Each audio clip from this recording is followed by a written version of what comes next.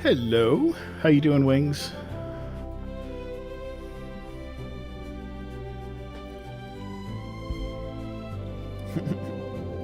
Hey, Relatable Hair, how are you?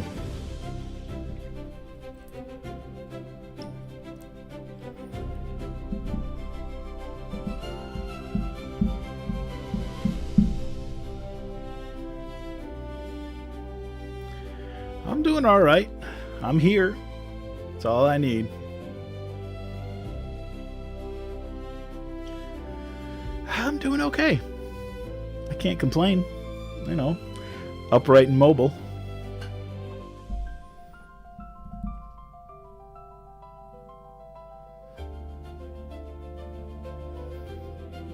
Hey, Amy, how are you? I had a pretty decent weekend.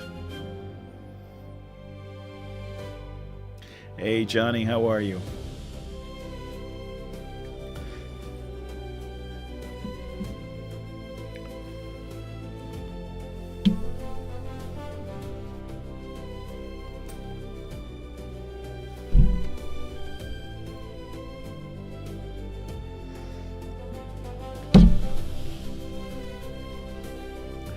I will start reading in about 5 minutes or so.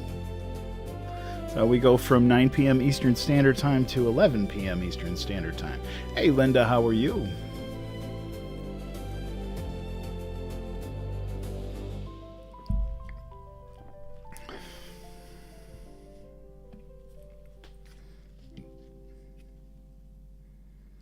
Hey, Eddie, welcome in, brother.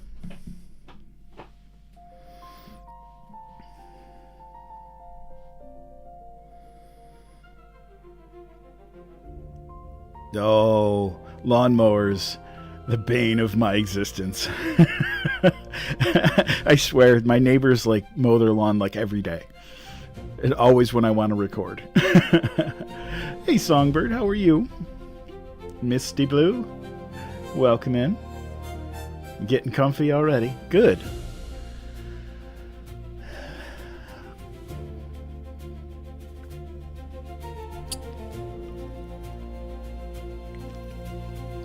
You did, Tina, and I'm proud of you. Hello, Junior. How are you? Welcome, welcome.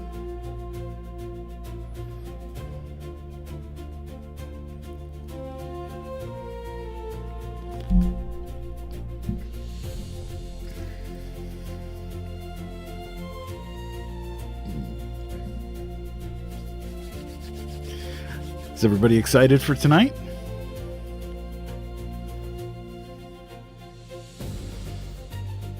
Well, I'll be revealing that here in just a moment.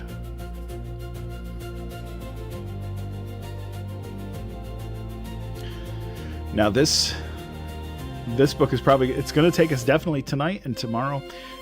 If we don't finish tomorrow, we'll finish up on Wednesday. Oh, I'm glad you like it. It's music off a stock music site.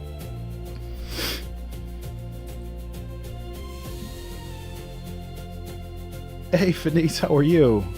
You made it. I am very happy.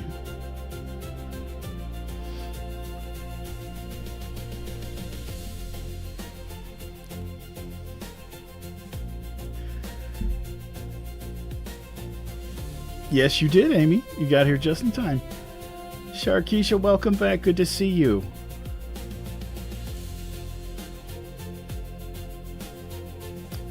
I'm doing all right myself. Ah, Susan, that's great. This is going to be a good one. This is going to be a good one. I was told we should have tissues as well. Hey, Michelle, welcome in. Mr. Blue, I should be starting here in about 2 minutes.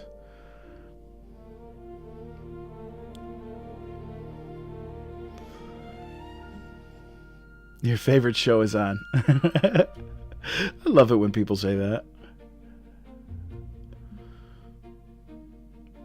Crazy Mama, you're not late. You're not late at all. I don't think we get to the sad part tonight, though.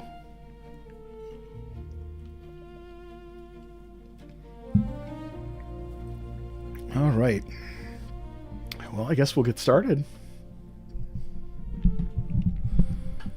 Thank you guys for all of the likes and the shares and the gifts. I really appreciate it. All right. Well, good evening, everyone. Welcome to Storytime with UndeadPapa. This is Sunday Night Bedtime Stories. Though I don't know if that fits anymore because we're going to be doing these probably on Mondays, too. Huh. I'll figure it out later. Tonight's story is a classic. First published in 1977, it instantly made waves and was a Newbery Award-winning book that year. It is a story about friendship, about imagination, about time, and about loss. So, wherever you are listening from, sit back, relax, and dim the lights, because story time is about to begin.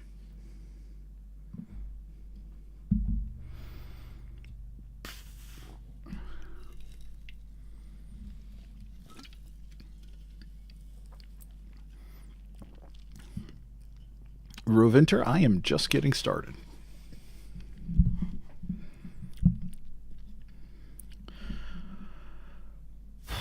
Well, this is Bridge to Terabithia by Catherine Patterson. 1. Jesse Oliver Aarons Jr. Baroom, baroom, baroom, barippity, barippity, barippity, barippity. Good. His dad had the pickup going. He could get up now. Jess slid out of bed and into his overalls. He didn't worry about a shirt because once he began running, he would be as hot as popping grease even if the morning air was chill.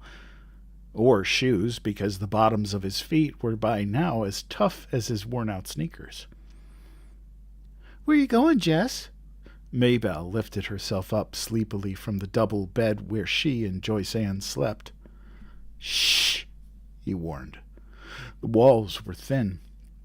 Mama would be mad as flies in a fruit jar if they woke her up this time of day.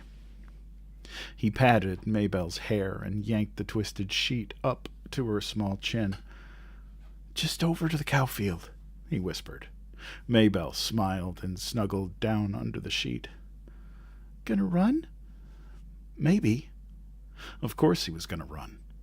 He had gotten up early every day all summer to run.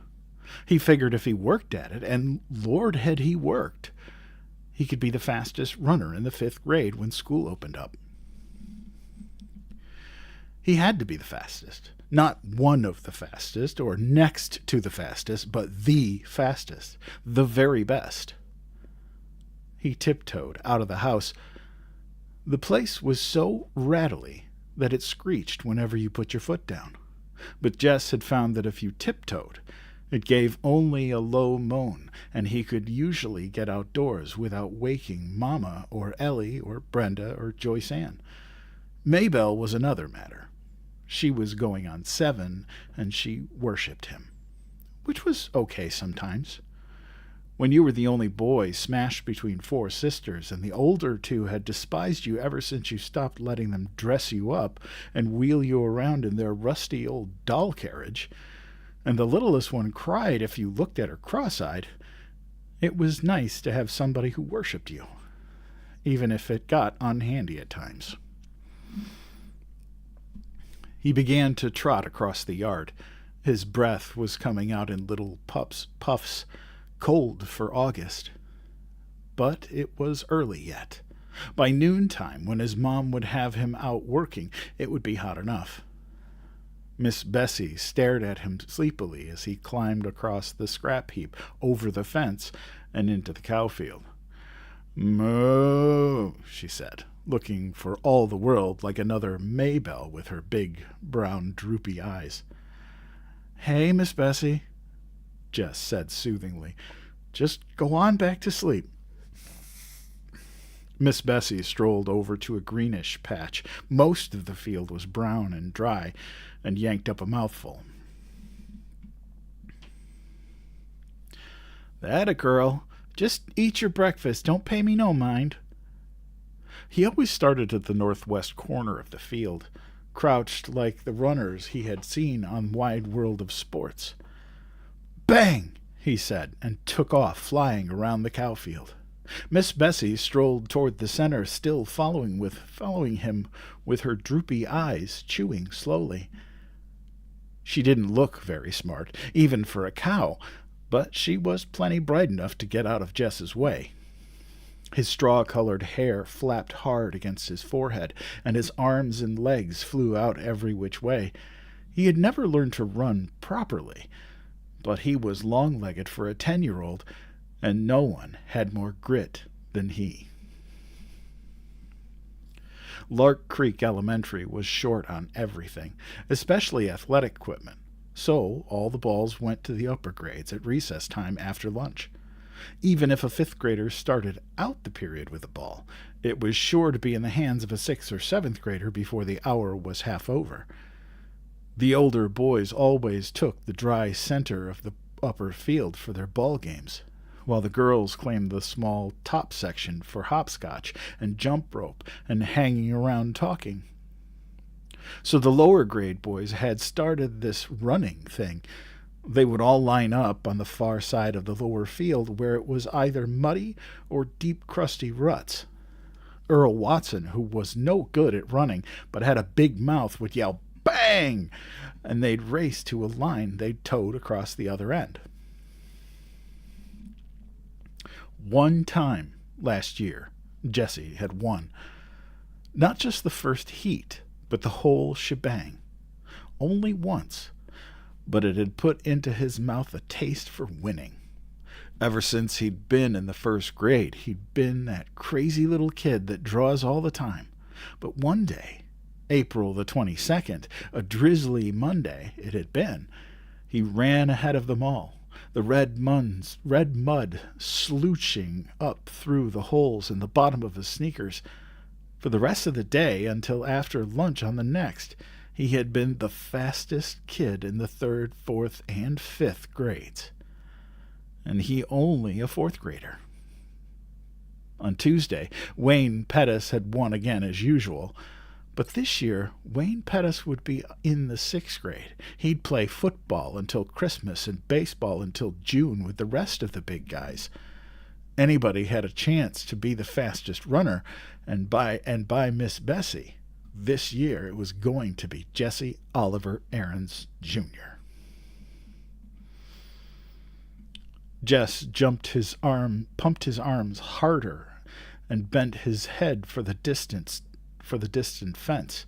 He could hear the 3rd grade boys screaming him on. They would follow him around like a country music star, and Maybelle would pop her buttons. Her brother was the fastest, the best. That ought to give the rest of the 1st grade something to chew their cuds on.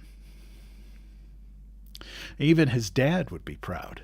Jess rounded the corner. He couldn't keep going quite so fast, but he continued running for a while. It would build him up. Maybelle would tell Daddy so it wouldn't look as though he, Jess, was a bragger. Maybe Dad would be so proud he'd forget all about how tired he was from the long drive back and forth to Washington and the digging and hauling all day. He would get right down on the floor and wrestle the way they used to. Old Dad would be surprised at how strong he'd gotten in the last couple of years. His body was begging him to quit, but Jess pushed it on. He had to let that puny chest of his know who was boss. "Jess!" It was Maybelle yelling from the other side of the scrap heap. "Mama says you gotta come in and eat now. Leave the milking till later." "Oh," Crud. He'd run too long. Now everyone would know he'd been out and start in on him. Yeah, okay. He turned, still running, and headed for the scrap heap. Without breaking his rhythm, he climbed over the fence, scrambled across the scrap heap, thumped Maybelle on the head, ow, and trotted onto the house. Well, look at the big Olympic star, said Ellie, banging 2 cups onto the table so that the strong black coffee sloshed out. Sweating like a knock-kneed mule. Jess pushed his damp hair out of his face and plunked down on the wooden bench. He dumped 2 spoonfuls of sugar into his cup and slurped to keep the hot coffee from scalding his mouth.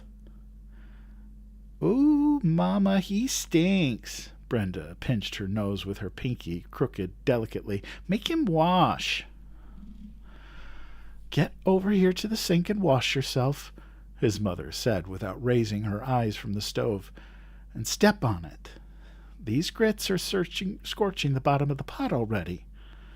Mama, not again, Brenda whined. Lord, he was tired. There wasn't a muscle in his body that didn't ache. You heard what Mama said, Ellie yelled at his back. I can't stand it, Mama, Brenda again. Make him get his smelly self off this bench. Jess put his cheek down on the bare wood of the tabletop. Jessie, his mother was looking now, and put on a shirt. Yes'm. He dragged himself to the sink. The water he flipped on his face and up his arms pricked like ice. His hot skin crawled under the cold drops. Maybelle was standing in the kitchen door watching him. Get me a shirt, Maybelle.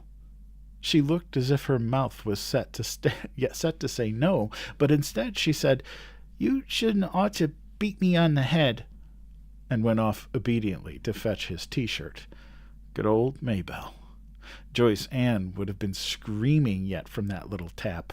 4-year-olds were a pure pain. I've got plenty of chores that needs doing around here this morning, his mother announced as they were finishing the grits and red gravy. His mother was from Georgia and still cooked like it. Oh, Mama, Ellie and Brenda squawked in concert. These girls could get out of work faster than grasshoppers could slip through your fingers. Mama, you promised me and Brenda we could go to Millsburg for school shopping. You ain't got no money for school shopping. Mama, we're just going to look around. Lord, he wished Brenda would stop whining so. Christmas, you don't want us to have no fun at all. Any fun? Ellie corrected her primly. Oh, shut up. Ellie ignored her. Ms. Timmons is coming by to pick us up. I told Lolly Sunday you said it was okay. I feel dumb calling her and saying you changed your mind. Oh, all right, but I ain't got no money to give you. Any money, something whispered inside Jess's head. I know, Mama. We'll just take the $5 Daddy promised, no more than that. What's $5? Oh, Mama, you remember. Ellie's voice was sweeter than a melted Mars bar. Daddy said last week we girls were going to have something for school. Oh, take it, his mother said angrily, reaching for her cracked vinyl purse on the shelf above the stove. She counted out 5 wrinkled bills. Mama, Brenda was starting again. Can't we have just one more so it'll be 3 each? No. Mama, you can't buy nothing for $2.50. Just one little pack of notebook paper's gonna up. No.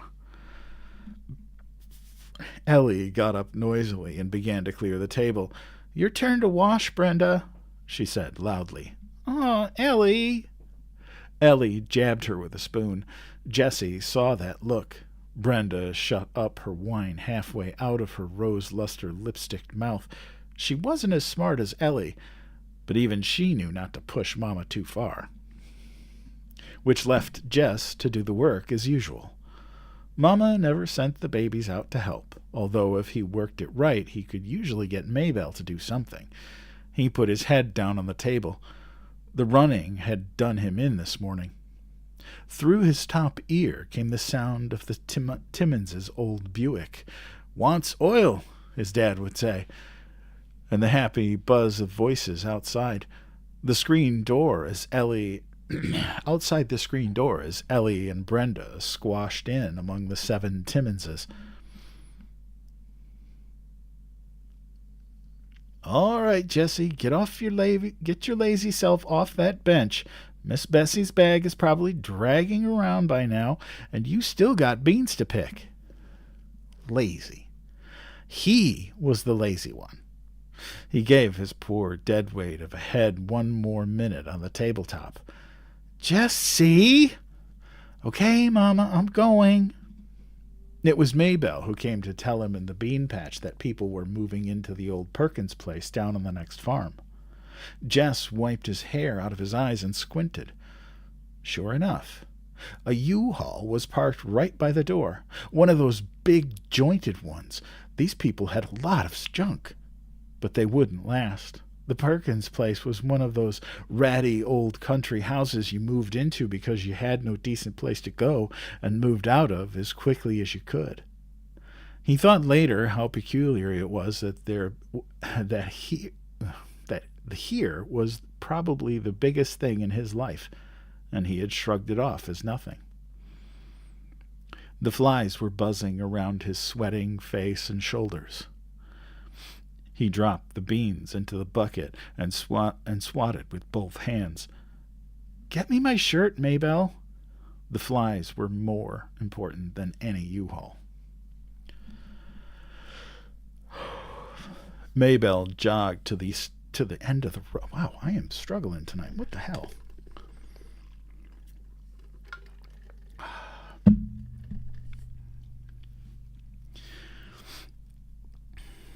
Maybelle jogged to the end of the row and picked up his T-shirt from where it had been discarded earlier. She walked back, holding it with 2 fingers way out in front of her. "Ooh, it stinks," she said, just as Brenda would have. "Shut up," he said, and grabbed the shirt away from her.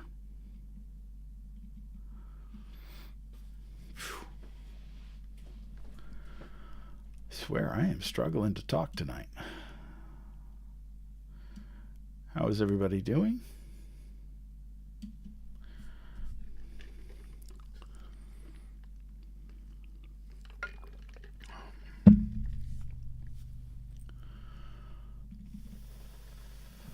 All right. Thanks. Eating vegetables. Well, I'm glad. That's very healthy. Oh, he definitely gets given shit a lot in this book. So this is chapter 2. Leslie Burke. Ellie and Brenda weren't back by 7. Jess had finished all the picking and helped his mother can the beans. She never canned except when it was scalding hot anyhow, and the boiling turned the kitchen into some kind of hellhole. Of course, her temper had been terrible, and she had screamed at Jess all afternoon and was now too tired to fix any supper. Jess made peanut butter sandwiches for the little girls and himself, and because the kitchen was still hot and almost nauseatingly full of bean smell, the 3 of them went outside to eat. The U-Haul was still out by the Perkins place. He couldn't see anybody moving outside, so they must have finished unloading. "I hope they have a girl, 6 or 7, said Maybelle. "I need somebody to play with." "You got Joyce Ann." "I hate Joyce Ann. She's nothing but a baby." Joyce Ann's lip went out. They both watched it tremble. Then her pudgy body shuddered, and she let out a great cry. "Who's teasing the baby?" his mother yelled out the screen door. Jess sighed and poked the last of his sandwich into Joyce Ann's open mouth. Her eyes went wide, and she clamped her jaws down on the unexpected gift. Now maybe he could have some peace. He closed the screen door gently as he entered and slipped past his mother, who was rocking herself in the kitchen chair watching TV. In the room he shared with the little ones, he dug under his mattress and pulled out his pad and pencils. Then, stomach down on the bed, he began to draw. Jess drew the way some people drink whiskey. The piece would start at the top of his muddled brain and seep down through his tired and tensed-up body. Lord, he loved to draw. Animals, mostly. Not regular animals like Miss Bessie or the chickens, but crazy animals with problems. For some reason, he liked to put his beasts into impossible fixes. This one was a hippopotamus just leaving the edge of the cliff, turning over and over. You could tell by the curving lines in the air toward the sea below, where surprised fish were leaping goggle-eyed out of the water. There was a balloon over the hippopotamus where his head should have been, but his bottom actually was. "Oh," it was saying, "I seem to have forgot my glasses." Jesse began to smile. If he decided to show it to Maybelle, he would have to explain the joke, but once he did, she would laugh like a live audience on TV. He would like to show his drawings to his dad, but he didn't dare. When he was in first grade, he told his dad that he wanted to be an artist when he grew up. He'd thought his dad would be pleased. He wasn't. "What are they teaching you in that damn school?" he had asked. "Bunch of old ladies turning my only son into some kind of a—" He had stopped on the word. But Jess had gotten the message. It was one you didn't forget, even after 4 years. The devil of it was that none of his regular teachers ever liked his drawings. When they'd catch him scribbling, they'd screech about waste, wasted time, wasted paper, wasted ability. Except Miss Edmonds, the music teacher. She was the only one he dared show anything to, and she'd only been at the school 1 year, and then only on Fridays. Miss Edmonds was one of his secrets. He was in love with her. Not the kind of silly stuff Ellie and Brenda giggled about on the telephone. It was too real and too deep to talk about, even to think about very much. Her long, swishy black hair and blue eyes. She could play the guitar like a regular recording star. And she had this soft, floaty voice that made Jessie squish inside. Lord, she was gorgeous. And she liked him too. One day last winter, he had given her one of his pictures, just shoved it into her hand after class and run. The next Friday, she had asked him to stay a minute after class. She said he was unusually talented, and she hoped he wouldn't let anything discourage him, but would keep it up. That meant, Jess believed, that she thought he was the best. It was not the kind of best that counted either at school or at home, but it was a genuine kind of best. He kept the knowledge of it buried inside himself like a pirate treasure. He was rich, very rich, but no one could know about it for now except his fellow outlaw, Julia Edmonds. Sounds like some kind of hippie, his mother had said when Brenda, who had been in the 7th grade last year, described Miss Edmonds to her. She probably was. Jess wouldn't argue that, but he saw her as a beautiful, wild creature who had been caught for a moment in that dirty old cage of a schoolhouse, perhaps by mistake. But he had hoped, he prayed, she'd never get loose and fly away. He managed to endure the whole boring week of school for that 1 half hour on Friday afternoons when they'd sit on the worn-out rug on the floor of the teacher's room. There was no place else in the building for Miss Edmonds to spread out all her stuff. and sing songs like My Beautiful Balloon, This Land is Your Land, Free to Be You and Me, Blowing in the Wind. And because Mr. Turner, the principal, insisted, God Bless America.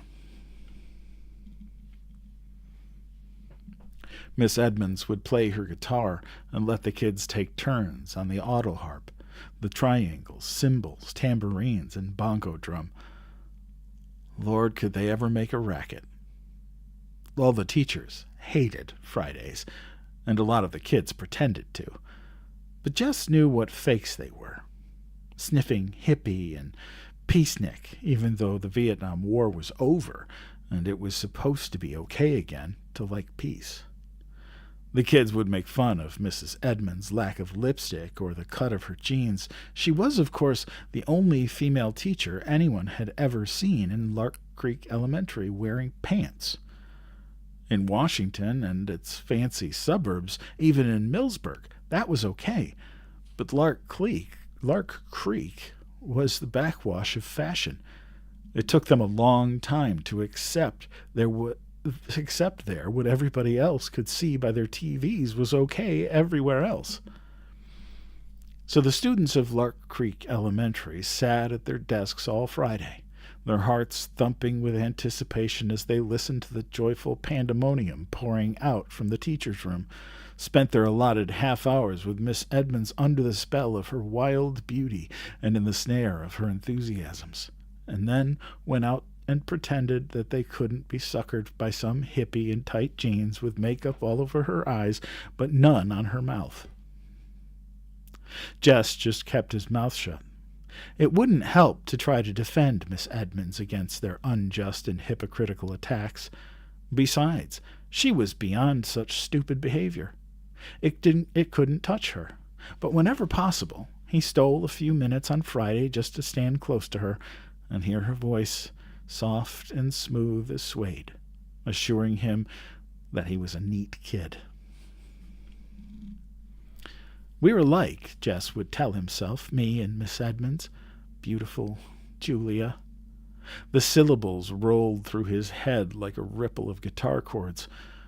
We don't belong at Lark Creek, Julia and me.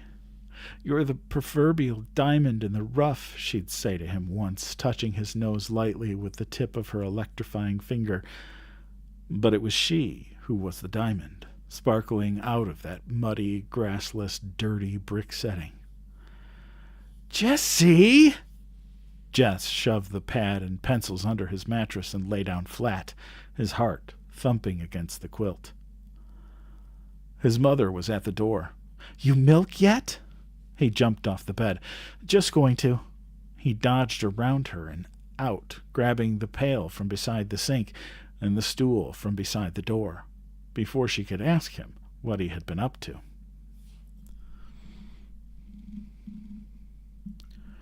Lights were winking out from all 3 floors of the old Perkins place. It was nearly dark. Miss Bessie's bag was tight, and she was fidgeting with discomfort. She should have been milked a couple of hours ago. He eased himself onto the stool and began to tug. The warm milk pinged into the pail. Down on the road, an occasional truck passed by with its dimmers on. His dad would be home soon, and so would those cagey girls who managed somehow to have all the fun, and leave him and their mother with all the work. He wondered what they had bought with all their money. Lord, what he wouldn't give for a new pad of real art paper and a set of those marking pens. Color pouring out onto the page as fast as you could think it. Not like stubby, cool crayons you had to press down till somebody bitched about your breaking them. A car was turning in. It was the Timmonses. The girls had beat Dad home. Jess could hear their happy calls as the car doors slammed. Mama would fix them supper, and when he went in with the milk, he'd find them all laughing and chattering. Mama'd even forget she was tired and mad. He was the only one who had to take that stuff. Sometimes he felt so lonely among all these females, even the one rooster had died, and they hadn't yet gotten another. With his father gone from sun up until well past dark, who was there to know how he felt? Weekends weren't any better. His dad was so tired from the wear and tear of the week and trying to catch up around the place that when he wasn't actually working, he was sleeping in front of the TV. "Hey, Jessie," Maybelle, the dumb kid who wouldn't even let you think privately. "What do you want now?" He watched her shrink 2 sizes. "I got something to tell you." She hung her head. "You ought to be in bed," he said huffily, mad at himself for cutting her down. "Ellie and Brenda came home. Why wouldn't he quit picking on her? But her news was too delicious to let him stop her sharing it. "Ellie bought herself a see-through blouse, and Mama's throwing a fit." Good, he thought. That ain't nothing to cheer about, he said. Berippity. "Daddy!" Maybelle screamed with delight and started running for the road. Jess watched his dad stop the truck, lean over to unlatch the door so Maybelle could climb in. He turned away. Darn lucky kid. She could run after him and grab him and kiss him. It made Jesse ache inside to watch his dad grab the little ones to his shoulder or lean down and hug them. It seemed to him that he had been thought too big for that since the day he was born. When the pail was full, he gave Miss Bessie a pat to move her away. Putting the stool under his left arm, he carried the heavy pail carefully so none of the milk would slop out. "Mighty late with the milking, aren't you, son?" It was the only thing his father said directly to him all evening. The next morning he almost didn't get up at the sound of the pickup. He could feel, even before he came fully awake, how tired he still was. But Maybelle was grinning at him, propped up on one elbow. "Ain't you gonna run?" she asked. "No," he said, shoving the sheet away. "I'm gonna fly." Because he was more tired than usual, he had to push himself harder. He pretended that Wayne Pettis was there, just ahead of him, and he had to keep up.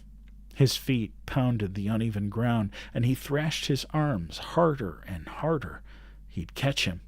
"Watch out, Wayne Pettis," he said between his teeth. "I'll get you. You can't beat me."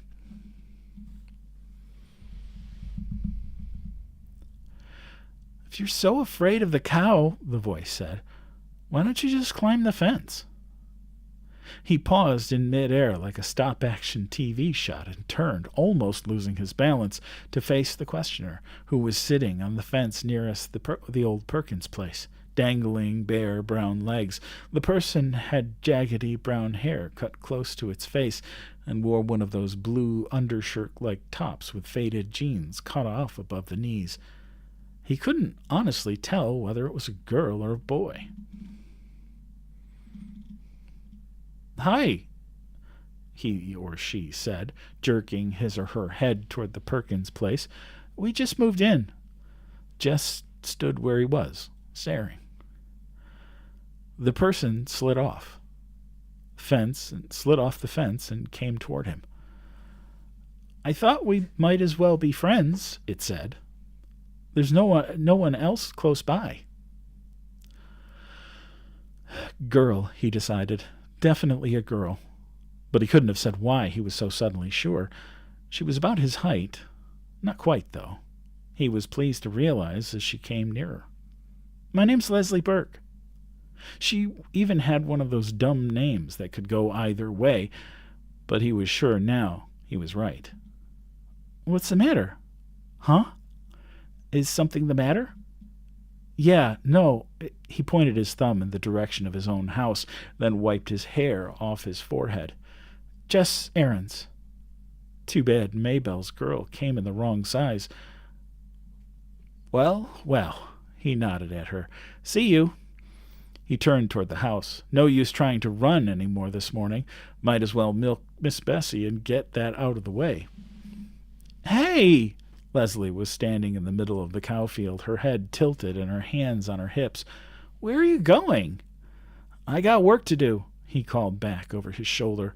When he came out later with the pail and stool, she was gone.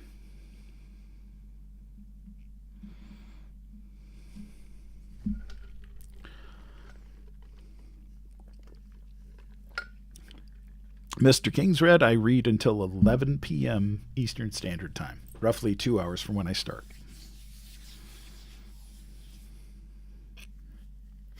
And welcome. I'm glad you're here.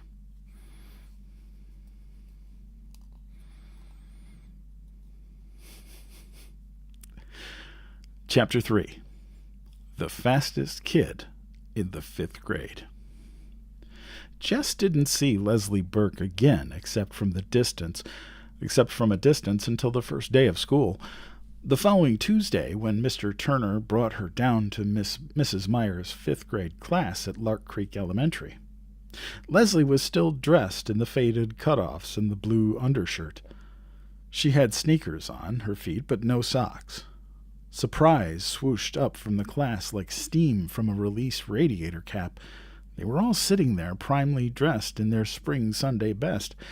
Even Jess wore his one pair of corduroys and an ironed shirt. The reaction didn't seem to bother her. She stood there in front, her eyes saying, "Okay, friends, here I am," in answer to their unopened mouth stares, while Mrs. Myers fluttered about trying to figure where to put the extra desk. The room was a small basement one, and had 5 rows of 6 desks, already filled it more than comfortably. Wow, what is going on with me today? My apologies, everybody. 31. Mrs. Myers kept mumbling over her double chin. 31. No one else has more than 29. She finally decided to put the desk up against the side wall near the front. Just there for now, huh? Leslie, it's the best we can do for now. This is a very crowded classroom. She swung a pointed glance at Mr. Turner's retreating form. Leslie waited quietly until the 7th grade boy who'd been sent down with the extra desk scraped it into position hard against the radiator and under the first window. Without making any noise, she pulled it a few inches forward from the radiator and settled herself into it. Then she turned once more to gaze at the rest of the class. 30 pairs of eyes were suddenly focused on desktop scratches. Jess ran his finger around the heart with 2 pairs of initials, BR plus SK, trying to figure out whose desk he had inherited. Probably Sally Coke's. Girls did more of the heart stuff in the 5th grade than boys. Besides, BR must be Billy Rudd, and Billy was known to favor Maya Hauser last spring. Of course, these initials might have been here longer than that, in which case, Jesse Aarons, Bobby Greggs, pass out the arithmetic books, please. On the last word, Mrs. Myers flashed her famous first day of school smile. It was said in the upper grades that Mrs. Myers had never been seen to smile except on the first and the last day of school. Jess roused himself and went to the front. As he passed Leslie's desk, she grinned and rippled her fingers low in a kind of wave. He jerked a nod. He couldn't help feeling sorry for her. It must be embarrassing to sit in front when you find yourself dressed funny on the first day of school, and you don't know anybody. He slapped the books down as Mrs. Myers directed. Gary Fulcher grabbed his arm as he went by. "Gonna run today?"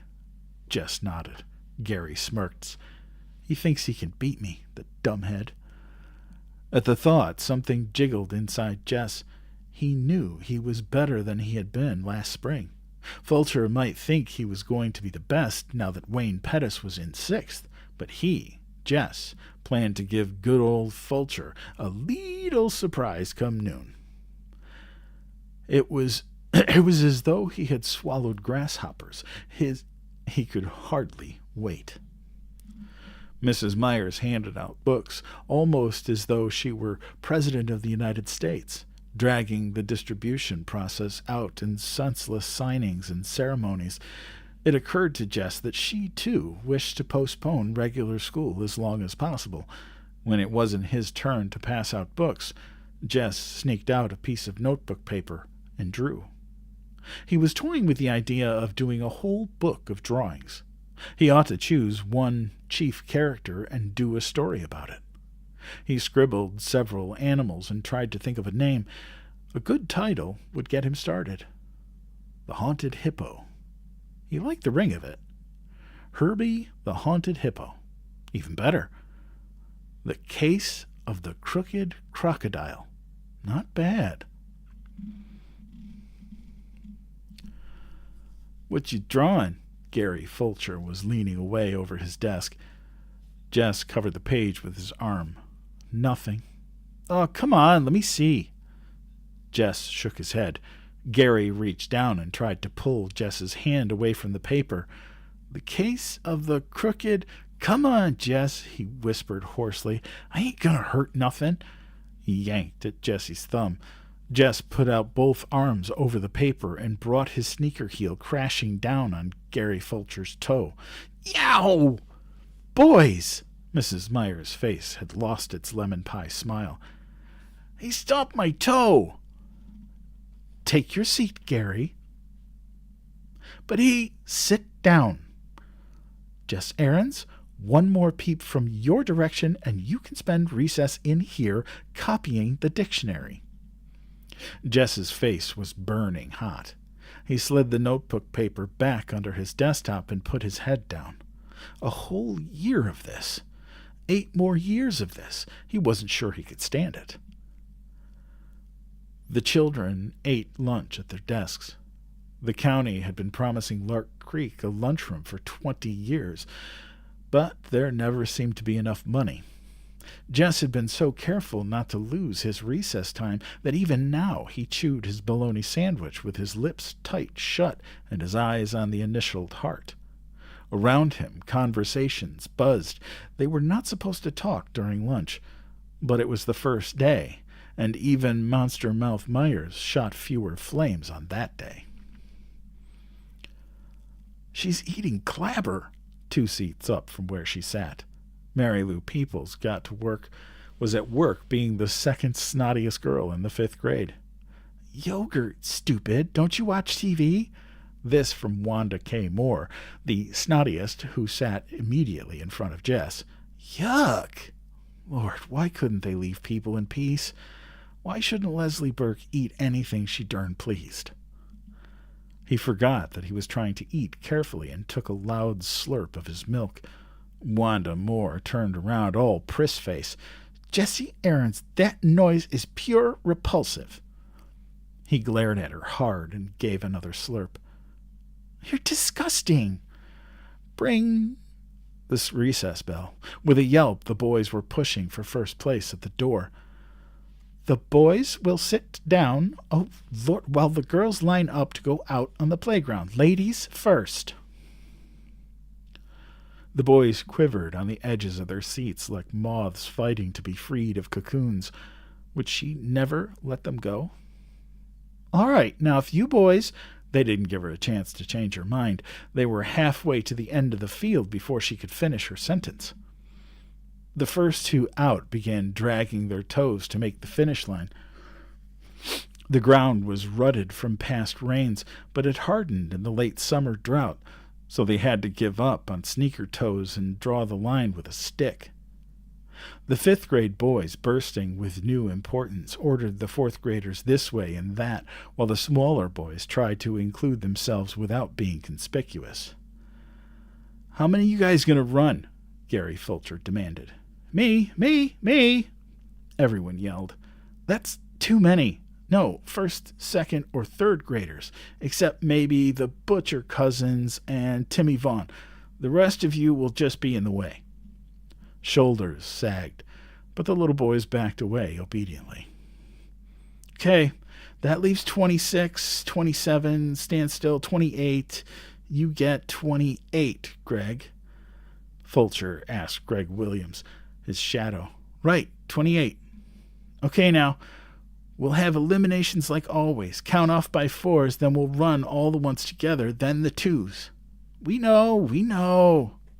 Everyone was impatient with Gary, who was trying for all the world to sound like this year's Wayne Pettis.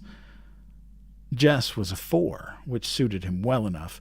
He was impatient to run, but he really didn't mind having a chance to see how the others were doing since spring. Fulcher was 1. Of course, having started everything with himself, Jess grinned at Fulcher's back and stuck his hands into the pockets of his corduroys, wriggling his right forefinger through the hole. Gary won the first heat easily and had plenty of breath left to boss the organizing of the second. A few of the younger boys drifted off to play King of the Mountain on the slope between the upper and lower fields. Out of the corner of his eye, Jess saw someone coming down from the upper field. He turned his back and pretended to concentrate on Fulcher's high-pitched commands. "Hi!" Leslie Burke had come up beside him. He shifted slightly away. "Aren't you running?" "Later." Maybe if he didn't look at her, she would go back to the upper field where she belonged. Gary told Earl Watson to bang the start. Jess watched. Nobody with much speed in that crowd. He kept his eyes on the shirt tails and bent backs. A fight broke out at the finish line between Jimmy Mitchell and Clyde Deal. Everyone rushed to see. Jess was aware that Leslie Burke stayed at his elbow, but he was careful not to look her way. "Clyde!" Gary Fulcher made his declaration. "It was Clyde." "It was a tie, Fulcher," a 4th grader protested. "I was standing right there." "Clyde Deal." Jimmy Mitchell's jaw was set. "I won, Fulcher. You couldn't even see from way back there." "It was Deal." Gary ignored the protests. "We're wasting time. All 3s line up, right now." Jimmy's fists went up. "Ain't fair, Fulcher." Gary turned his back and headed for the starting line. "Oh, let them both run in the finals. What's it going to hurt?" Jess said loudly. Gary stopped walking and wheeled to face him. Fulcher glared first at Jess and then at Leslie Burke. "Next thing," he said, his voice dripping with sarcasm, "next thing you're going to want is to let some girl run." Jess's face went hot. "Sure," he said recklessly. "Why not?" He turned deliberately toward Leslie. "Want to run?" he asked. "Sure," she was grinning. "Why not?" "You ain't scared to let a girl race, are you, Fulcher?" For a minute he thought Gary was going to sock him, and he stiffened. He mustn't let Fulcher suspect that he was scared of a little belt in the mouth, but instead Gary broke into a trot and started bossing the 3s into line for their heat. "You could run with the 4s, Leslie." He said it loudly enough to make sure Fulcher could hear him, and then concentrated on the runners. See, he told himself, if you can stand up to a creep like Fulcher, no sweat. Bobby Miller won the 3s easily. He was the best of the 4th graders, almost as fast as Fulcher, but not as good as me, Jess thought. He was beginning to get really excited now. There wasn't anybody in the 4s who could give him much of a race. Still, it would be better to give Fulcher a scare by running well in the heat. Leslie lined up beside him on the right. He moved a tiny bit to the left, but she didn't seem to notice. At the bang, Jess shot forward. It felt good, even the rough ground against the bottom of his worn sneakers. He was pumping good. He could almost smell Gary Fulcher's surprise at his improvement. The crowd was noisier than they'd been during the other heats. Maybe they were all noticing. He wanted to look back and see where the others were, but he resisted the temptation. It would seem conceited to look back. He concentrated on the line ahead. It was nearing with every step. "Oh, Miss Bessie, if you could see me now." He felt it before he saw it. Someone was moving up. He automatically pumped harder. Then the shape was there in his sideways vision, then suddenly pulling ahead. He forced himself now. His breath was choking him, and the sweat was in his eyes. But he saw the figure anyhow. The faded cutoffs crossed the line a full 3 feet ahead of him. Leslie turned to face him with a wide smile on her tanned face. He stumbled and without a word began half walking, half trotting over to the starting line. This was the day he was going to be champion, the best runner of the 4th and 5th grades, and he hadn't even won his heat. There was no cheering at the other end of the field. The rest of the boys seemed as stunned as he. The teasing would come later, he felt sure, but at least for the moment, none of them were talking. "Okay." Fulcher took over. He tried to appear very much in charge. "Okay, you guys, you can line up for the finals." He walked over to Leslie. "Okay, you had your fun. You can run on up to the hopscotch now." "But I won the heat," she said. Gary lowered his head like a bull. "Girls aren't supposed to play on the lower field. Better get up there before one of the teachers sees you." "I want to run," she said quietly. "You already did." "What's the matter, Fulcher?" All Jess's anger was bubbling out. He couldn't seem to stop the flow. "What's the matter? Scared to race her?"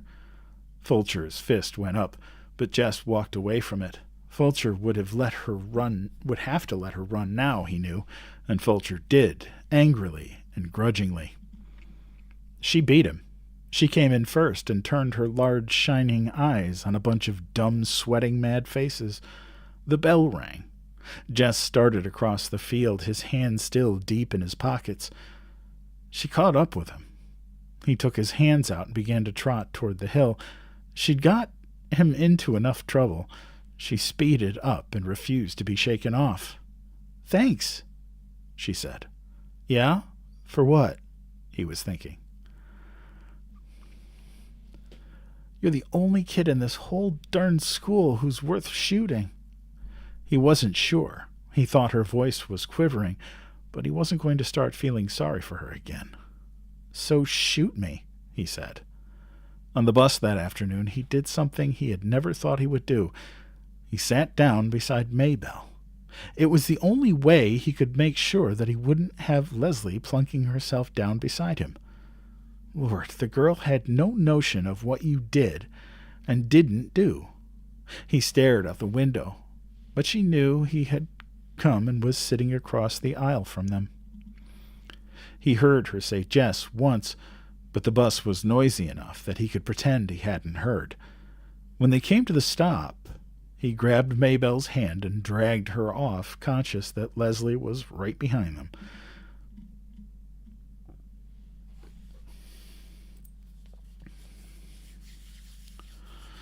Ooh, hang on.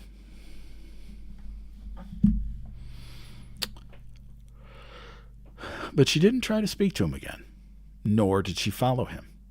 She just took off running to the old Perkins place. He couldn't help turning to watch. She ran as though it was her nature. It reminded him of the flight of wild ducks in the autumn, so smooth. The word beautiful came to his mind, but he shook it away and hurried up toward the house.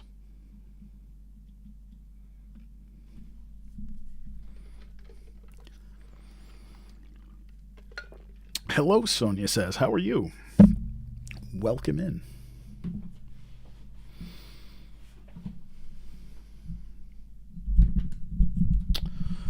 All right. Chapter 4. Rulers of Terabithia. Because school had started on the first Tuesday after Labor Day, it was a short week. It was a good thing because each day was worse than the day before. Leslie continued to join the boys at recess, and every day she won. By Friday, a number of the 4th and 5th grade boys had already drifted away to play King of the Mountain on the slope between the two fields. Since there were only a handful left, they didn't even have to have heats, which took away a lot of the suspense. Running wasn't fun anymore, and it was all Leslie's fault. Jess knew now that he would never be the best runner of the 4th and 5th grades, and his only consolation was that neither would Gary Fulcher. They went through the motions of the contest on Friday, but when it was over and Leslie had won again, Everyone sort of knew without saying that it was the end of the races. At least it was Friday, and Miss Edmonds was back. The 5th grade had music right after recess. Jess had passed Miss Edmonds in the hall earlier in the day, and she had stopped him and made a fuss over him. "Did you keep drawing this summer?" "Yes'm." "May I see your pictures, or are they private?" Jess shoved his hair off his red forehead. "I'll show you 'em." She smiled her beautiful, even-toothed smile and shook her thinning, shining black hair back off her shoulders. "Great," she said. "See you." He nodded and smiled back. Even his toes felt warm and tingly. Now, as he sat on the rug in the teacher's room, the same warm feeling swept through him at the sound of her voice. Even her ordinary speaking voice bubbled up from inside her, rich and melodic. Miss Edmonds fiddled a minute with her guitar, talking as she tightened the strings to the jingling of her bracelets and the thrumming of chords. She was in her jeans as usual and sat there cross-legged in front of them as though that was the way teachers always did. She asked a few of the kids how they were and how their summer had been. They kind of mumbled back. She didn't speak directly to Jess, but she gave him a look with those blue eyes of hers that made him zing like one of the strings she was strumming. She took note of Leslie and asked for an introduction, which one of the girls prissily gave. Then she smiled at Leslie, and Leslie smiled back. The first time Jess could remember seeing Leslie smile since she won the race on Tuesday. "What do you like to sing, Leslie?" "Oh, anything." Miss Edmonds picked a few odd chords and began to sing, more quietly than usual for that particular song. "I see a land bright and clear, and the time's coming near when we'll live in this land, you and me, hand in hand." People began to join in, quietly at first to match her mood, but as the song built up at the end, their voices did as well. So that by the time they got to the final "Free to Be You and Me," the whole school could hear them. Caught in the pure delight of it, Jess turned and his eyes met Leslie's. He smiled at her. What the heck? There wasn't any reason he couldn't. What was he scared of, anyhow? Lord. Sometimes he acted like the original yellow-bellied sapsucker. He nodded and smiled again. She smiled back. He felt there in the teacher's room that it was the beginning of a new season in his life, that he chose deliberately to make it so. He did not have to make any announcement to Leslie that he had changed his mind about her. She already knew it. She plunked herself down beside him on the bus and squeezed over closer to him to make room for Maybelle, on the same seat. She talked about Arlington, about the huge suburban school she used to go with its gorgeous music room, but not a single teacher in it as beautiful or as nice as Miss Edmonds. "You had a gym?" "Yeah, I think all the schools did, or most of them anyway," she sighed. "I really miss it. I'm pretty good at gymnastics." "I guess you hate it here." "Yeah." She was quiet for a moment, thinking. Jess decided about her former school, which he saw as bright and new with a gleaming gymnasium larger than the one that consolidated high school. "I guess you had a lot of friends there, too." "Yeah." "Why'd you come here?" "My parents are reassessing their value structure." "Huh?" "They decided they were too hooked on money and success, so they bought that old farm and they're going to farm it and think about what's important." Jess was staring at her with his mouth open. He knew it, and he couldn't help himself. It was the most ridiculous thing he had ever heard. "But you're the one that's got to pay." "Yeah." "Why don't they think about you?" "We talked it over," she explained patiently. "I wanted to come too." She looked past him out the window. "You never know ahead of time what something's really going to be like." The bus had stopped. Leslie took Maybelle's hand and led her off. Jess followed, still trying to figure out why two grown people and a smart girl like Leslie wanted to leave a comfortable life in the suburbs for a place like this. They watched the bus roar off. "You can't make a go of farm nowadays," he said. "My dad has to go to Washington to work, or we wouldn't have enough money." "Money isn't the problem." "Sure it's the problem. I mean," she said stiffly, "not for us." It took him a minute to catch on. He did not know people for whom money was not the problem. Oh. He tried to remember not to talk about money with her after that. But Leslie had other problems at Lark Creek that caused more of a rumpus than lack of money. There was the matter of television. It started when Mrs. Myers reading out loud a composition that Leslie had written about her hobby. Everyone had to write a paper about his or her favorite hobby. Jess had written about football, which he really hated, but he had enough brains to know that if he said drawing, everyone would laugh at him. Most of the boys swore that watching the Washington Redskins on TV was their favorite hobby. The girls were divided. Those who didn't care much about what Mrs. Myers thought chose watching game shows on TV, and those like Wanda K. Moore, who were still aiming for A's, chose reading good books. But Mrs. Myers didn't read anyone's paper out loud except Leslie's. "I want to read this composition aloud for 2 reasons. 1, it is beautifully written, and 2, it tells about an unusual hobby for a girl." Mrs. Myers beamed her first-day smile at Leslie. Leslie stared back at her. Being Miss Myers' pet was pure poison at Lark Creek. "Scuba diving by Leslie Burke." Mrs. Myers' sharp voice cut Leslie's sentences into funny little phrases, but even so, the power of Leslie's words drew Jess with her under the dark water. Suddenly he could hardly breathe. Suppose you went under, and your mask filled all up with water, and you couldn't get to the top in time. He was choking and sweating. He tried to push down his panic. This was Leslie Burke's favorite hobby. Nobody would make up scuba diving for their favorite hobby if it wasn't so. That meant Leslie did it a lot. That she wasn't scared of going deep, deep down in a world of no air and little light. Lord, he was such a coward. How could he be all in a tremble just listening to Mrs. Myers read about it? He was worse a baby than Joyce Ann. His dad expected him to be a man, and here he was letting some girl who wasn't even 10 yet scare the liver out of him just by telling what it was like to sightsee underwater. Dumb, dumb, dumb. "I am sure," Mrs. Myers was saying, "that all of you were as impressed as I was with Leslie's exciting essay." Impressed? Lord, he'd nearly drowned. In the classroom, there was a shuffling of feet and papers.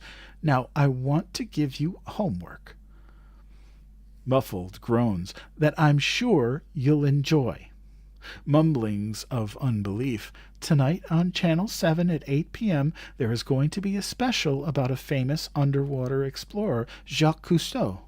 I want everyone to watch, then write 1 page telling what you learned." "A whole page?" "Yes." "Does spelling count?" "Doesn't spelling always count, Gary?" "Both sides of the paper?" "One side will be enough, Wanda K., but I will give extra credit to those who do extra work." Wanda K. smiled primly.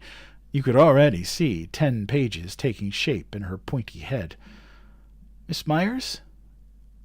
"Yes, Leslie." Lord, Miss Myers was liable to crack her face if she kept up smiling like that. "What if you can't watch the program?"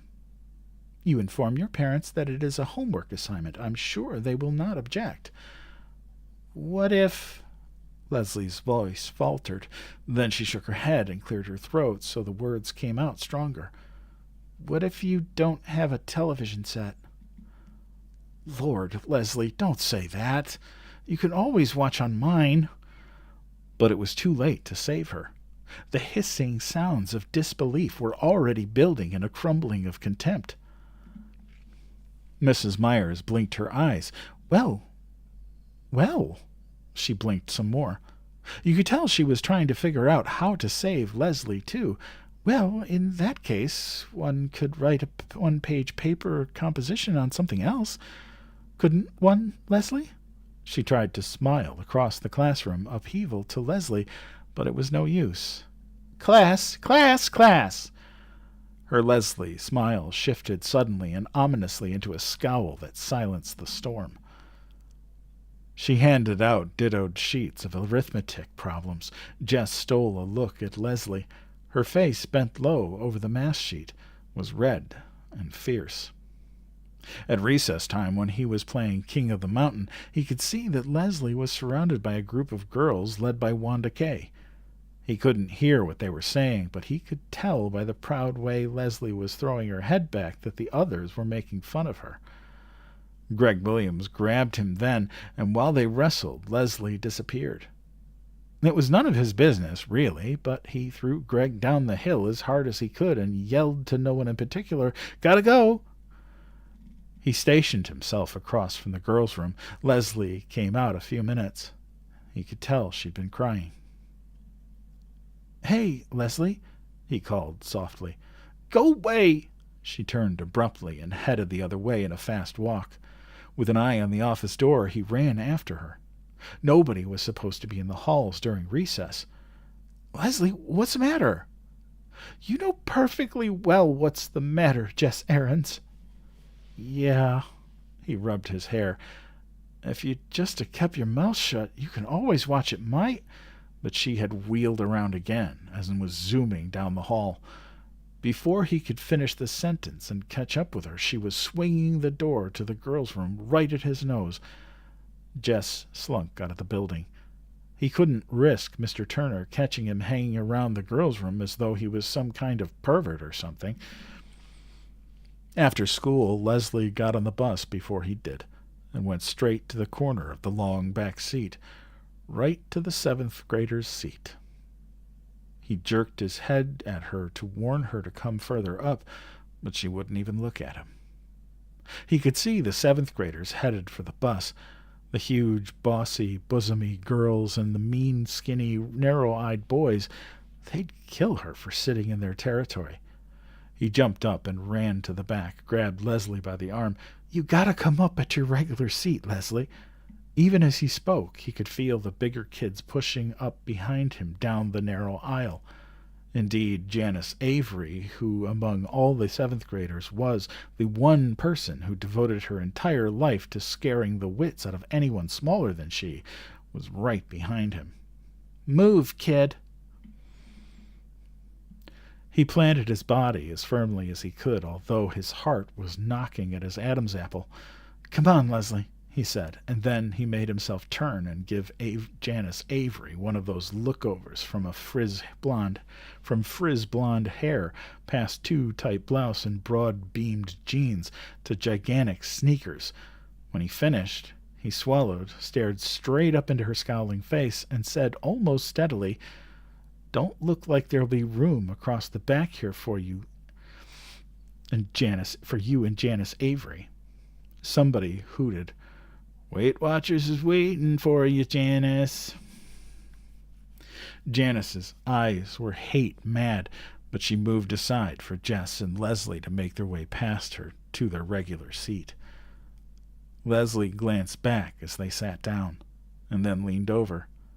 "She's going to get you for that, Jess. Boy, she is mad." Jess warmed to the tone of respect in Leslie's voice, but he didn't dare look back. "Heck," he said, "you think I'm going to let some dumb cow like that scare me?" By the time they got off the bus, he could finally send a swallow past his Adam's apple without choking. He even gave a little wave at the back seat as the bus pulled off. Leslie was grinning at him over Maybelle's head. "Well," he said happily, "see you." "Hey, do you think we could do something this afternoon?" "Me too. I want to do something too," Maybelle shrilled. Jess looked at Leslie. No was in her eyes. Not this time, Maybelle. Leslie and I got something we gotta do just by ourselves today.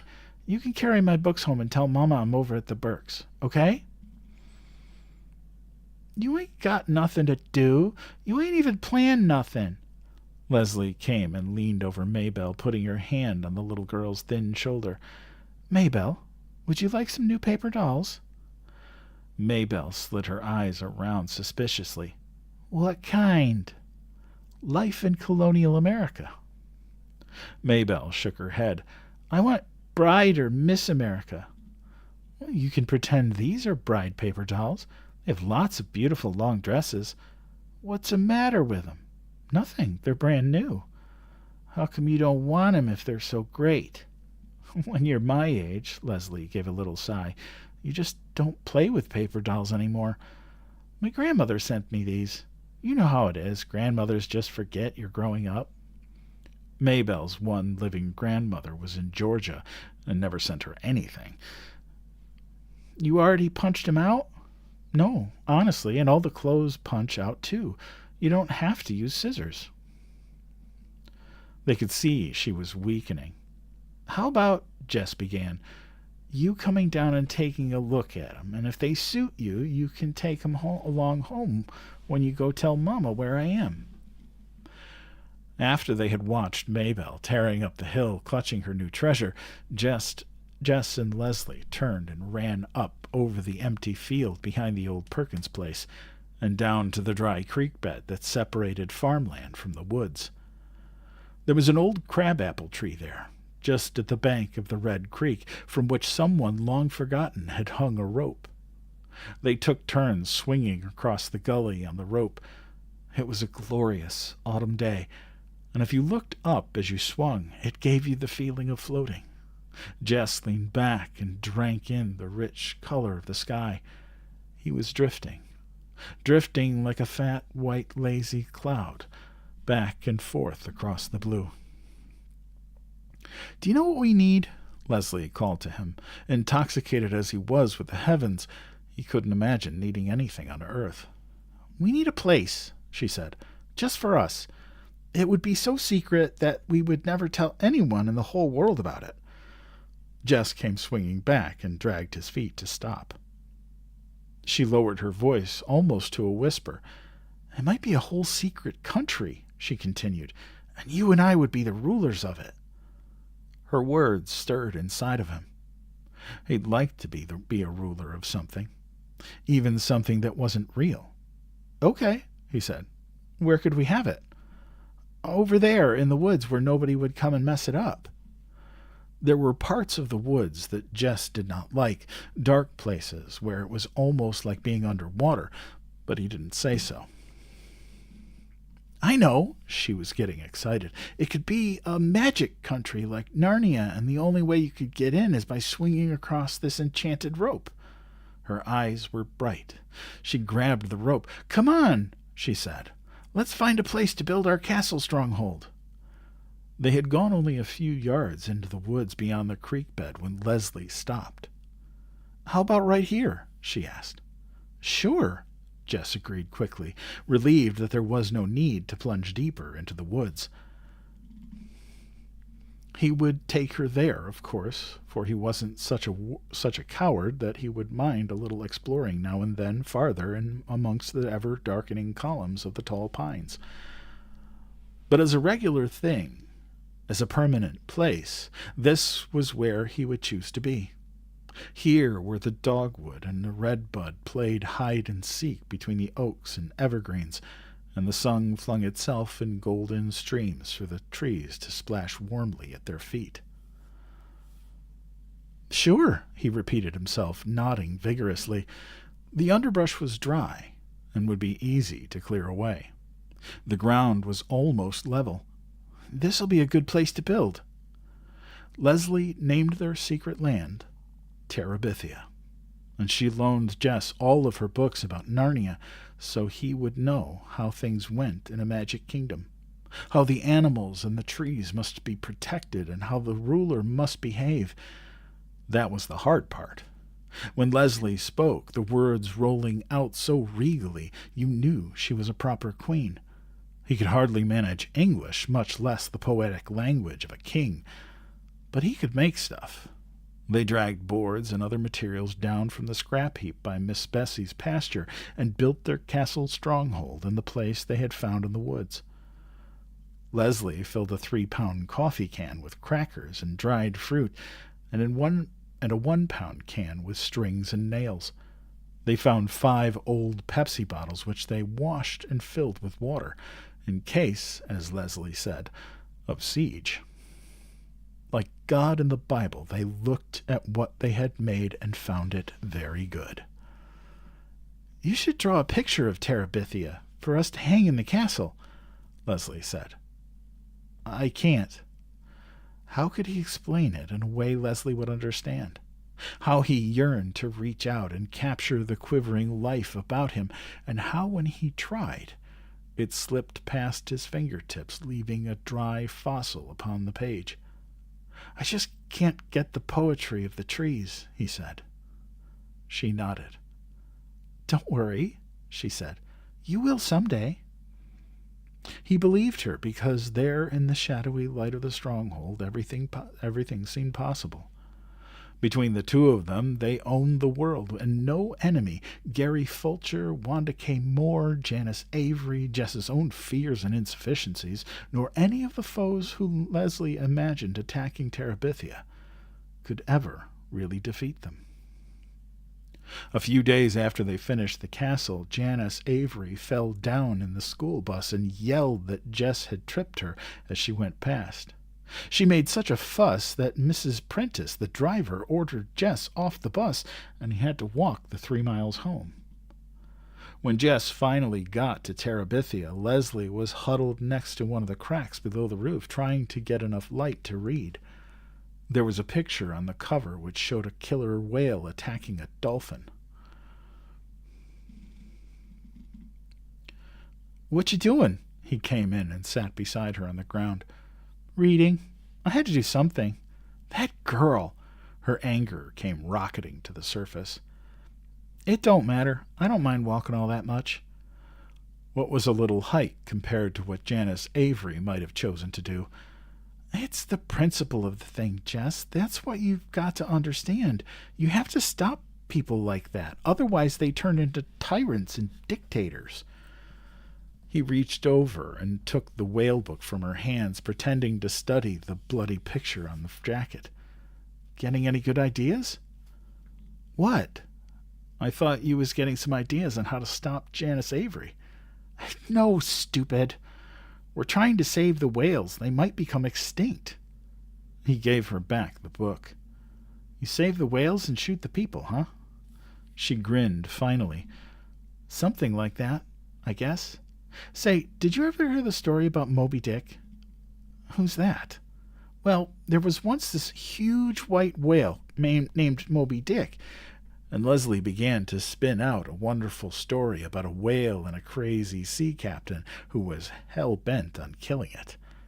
His fingers itched to try to draw it on paper. Maybe if he had some proper paints, he could do it. There ought to be a way of making the whale shimmering white against the dark water.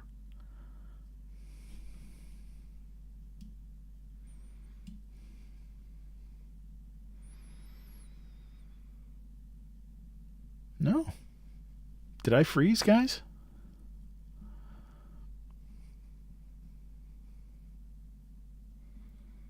Hello, hello.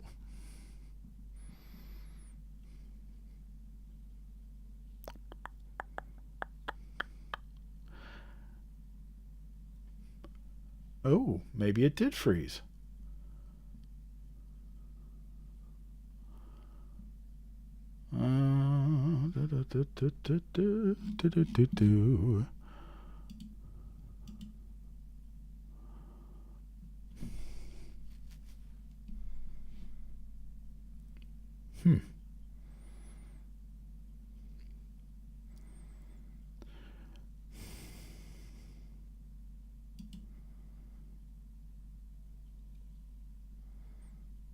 Oh. TikTok be foobar.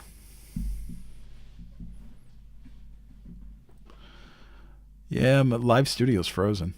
Shit. Oh, that's just freaking dandy.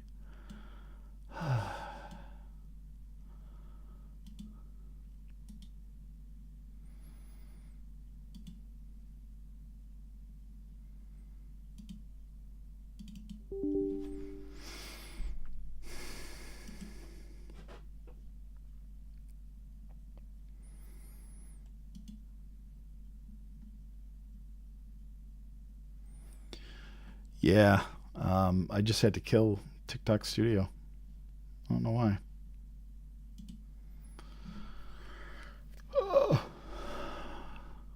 Oh, I hope this doesn't like send everybody packing. That is gonna suck.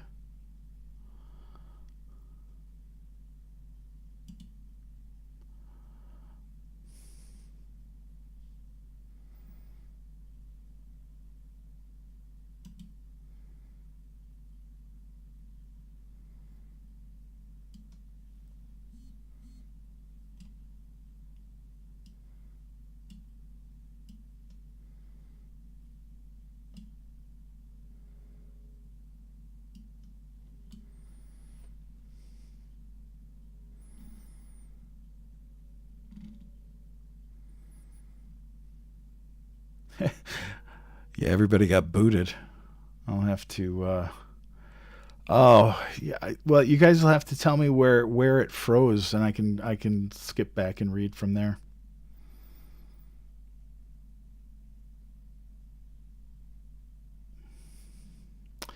I wish I knew. TikTok decided to fink out on me.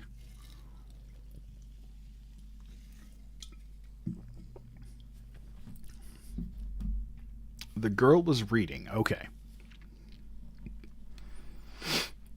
So I will back up a little bit here. Sucks. We had like 168 people in here, too. Okay.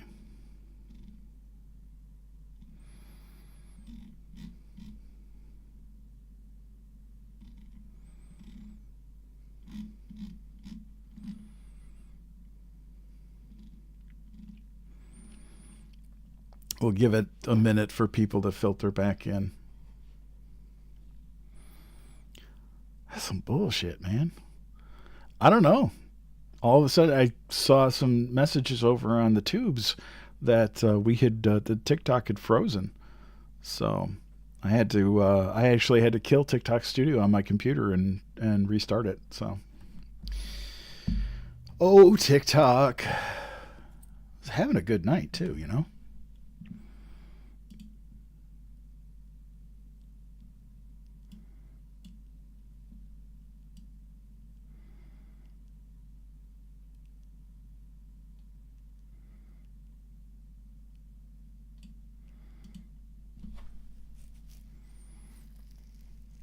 Oh, it definitely froze for everybody.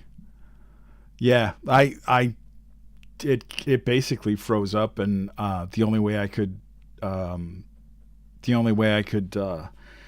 get back on was to actually stop TikTok Studio and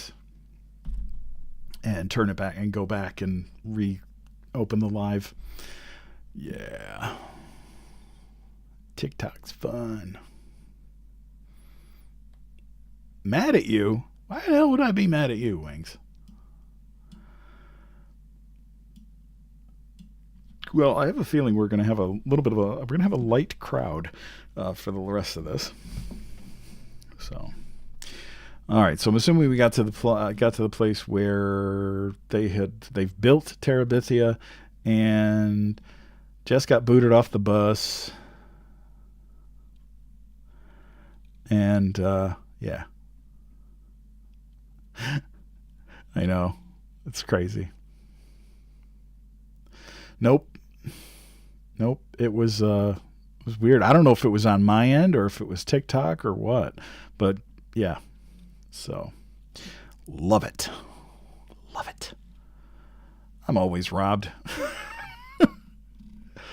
All right, so let's get back into it. I'll go back to when he gets kicked off the bus and has to walk home, and he has just arrived back at Terabithia to find Leslie. When Jess finally got to Terabithia, Leslie was huddled next to one of the cracks below the roof trying to get enough light to read. There was a picture on the cover which showed a killer whale attacking a dolphin. "What you doing?" He came in and sat beside her on the ground. "Reading. I had something to do. I had to do something. That girl." Her anger came rocketing to the surface. "It don't matter. I don't mind walking all that much." What was a little hike compared to what Janice Avery might have chosen to do? "It's the principle of the thing, Jess. That's what you've got to understand. You have to stop people like that. Otherwise they turn into tyrants and dictators." He reached over and took the whale book from her hands, pretending to study the bloody picture on the jacket. "Getting any ideas?" "What?" "I thought you was getting some ideas on how to stop Janice Avery." "No, stupid. We're trying to save the whales. They might become extinct." He gave her back the book. "You save the whales and shoot the people, huh?"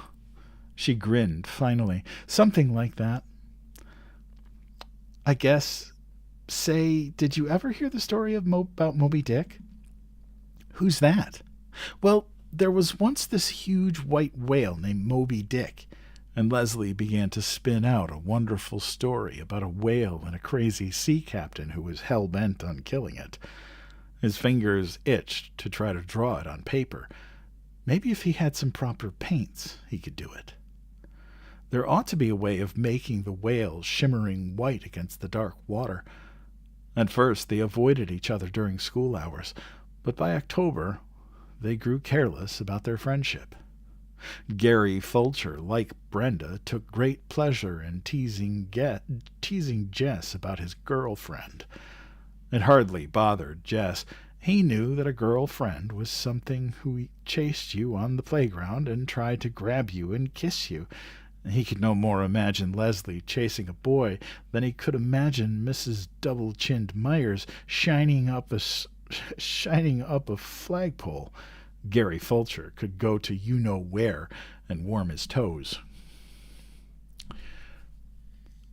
There was really no free time at the school except recess, and now that there were no races, Jess and Leslie usually looked for a quiet place in the field and sat and talked. Except for the magic half hour on Fridays, recess was all that Jess looked forward to at school. Leslie could always come up with something funny that made the long days bearable. Often the joke was on Mrs. Myers. Leslie was one of those people who sat quietly at her desk, never whispering or daydreaming or chewing gum, doing beautiful schoolwork, and yet her brain was so full of mischief that if the teacher could have once seen through the mask of perfection, she would have thrown her out in horror. Jess could hardly keep a straight face in class, just trying to imagine what might be going on behind that angelic look of Leslie's. One whole morning, as Leslie had related it at recess, she had spent imagining Mrs. Myers on one of those fat farms down in Arizona. In her fantasy, Mrs. Myers was one of the foodaholics who would hide bits of candy bars in odd places up the hot water faucet, only to be found out and publicly humiliated before all the other fat ladies. That afternoon, Jess kept having visions of Mrs. Myers dressed only in a pink corset being weighed in. "You've been cheating again, Gussie," the tall, skinny directress was saying. Mrs. Myers was on the verge of tears. "Jessie Aarons?" The teacher's sharp voice punctured his daydream. He couldn't look Mrs. Myers straight in her pudgy face. He'd crack up. He set his sight on her uneven hemline. "Yes'm?" He was going to have to get coaching from Leslie. Mrs. Myers always caught him when his mind was on vacation, but she never seemed to suspect Leslie of not paying attention. He sneaked a glance up that way. Leslie was totally absorbed in her geography book, or so it would appear to anyone who didn't know. Terabithia was cold in November. They didn't dare build a fire in the castle, though sometimes they would build one outside and huddle around it. For a while, Leslie had been able to keep 2 sleeping bags in the stronghold, but around the 1st of December, her father noticed their absence, and she had to take them back. Actually, Jess made her take them back. It was not that he was afraid of the Burkes exactly. Leslie's parents were young, with straight white teeth and lots of hair, both of them. Leslie called them Judy and Bill, which bothered Jess more than he wanted it to. It was none of his business what Leslie called her parents, but he just couldn't get used to it. Both of the Burkes were writers. Mrs. Burke wrote novels, and according to Leslie was more famous than Mr. Burke, who wrote about politics. It was really something to see the shelf that had their books on it.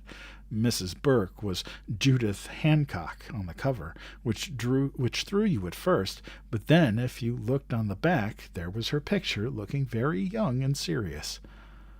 Mr. Burke was going back and forth to Washington to finish a book he was working on with someone else, but he had promised Leslie that after Christmas he would stay home and fix up the house and plant this garden and listen to music and read books out loud and write only in his spare time. They didn't look like Jess's idea of rich, but even he could tell that the jeans they wore had not come off the counter at Newberry's. There was no TV at the Burkes, but there were mountains of records and a stereo set that looked like something off Star Trek. And although their car was small and dusty, it was Italian and looked expensive too. They were always nice to Jess when he went over, but then they would suddenly begin talking about French politics or string quartets, which he at first thought was a square box made out of string, or how to save the Timberwolves or redwoods or singing whales, and he was scared to open his mouth and show once and for all how dumb he was. He wasn't comfortable having Leslie at his house either. Joyce Ann would stare, her index finger pulling down her mouth and making her drool. Brenda and Ellie always managed some remark about girlfriend. His mother acted stiff and funny just the way she did when she had to go up to school about something. Later she would refer to Leslie's tacky clothes. Leslie always wore pants, even to school. Her hair was shorter than a boy's. Her parents were hardly more than hippies. Maybelle either tried to push in with him and Leslie or sulked at being left out. His father had seen Leslie only a few times, and had nodded to show that he had noticed her. But his mother said that she was sure he was fretting that his only son did nothing but play with girls, and they both were worried about what would come of it. Jess didn't seem to concern himself with that, with what would become of it. For the first time in his life, he got up every morning with something to look forward to. Leslie was more than his friend. She was his other, more exciting self, his way to Terabithia and all the worlds beyond. Terabithia was their secret, which was a good thing, for how could Jess ever have explained it to an outsider? Just walking down the hill toward the woods made something warm and liquid steal through his body. The closer he came to the dry creek bed and the crabapple tree rope, the more he could feel the beating of his heart. He grabbed the end of the rope and swung out toward the other bank with a kind of wild exhilaration and landed gently on his feet, taller and stronger and wiser in that mysterious land. Leslie's favorite place beside the castle stronghold was the pine forest. There the trees grew so thick at the top that the sunshine was veiled. No low hush or grass could grow in that dim light, so the ground was carpeted with golden needles. I used to think this place was haunted, Jess had confessed to Leslie the first afternoon he had revved up his courage to bring her here. "Oh, but it is," she said. "But you don't have to be scared. It's not haunted with evil things." "How do you know?" "You can just feel it. Listen." At first, he heard only the stillness. It was the stillness that had always frightened him before, but this time it was like the moment after Miss Edmonds finished a song, just after the chords hummed down to silence. Leslie was right. They stood there, not moving, not wanting the swish of dry needles beneath their feet to break the spell. Far away from their former world came the cry of geese heading southward. Leslie took a deep breath. "This is not an ordinary place," she whispered. "Even the rulers of Terabithia come into it only at times of greatest sorrow or of greatest joy. We must strive to keep it sacred. It would not do to disturb the spirits." He nodded, and without speaking they went back to the creek bank, where they shared together a solemn meal of crackers and dried fruit.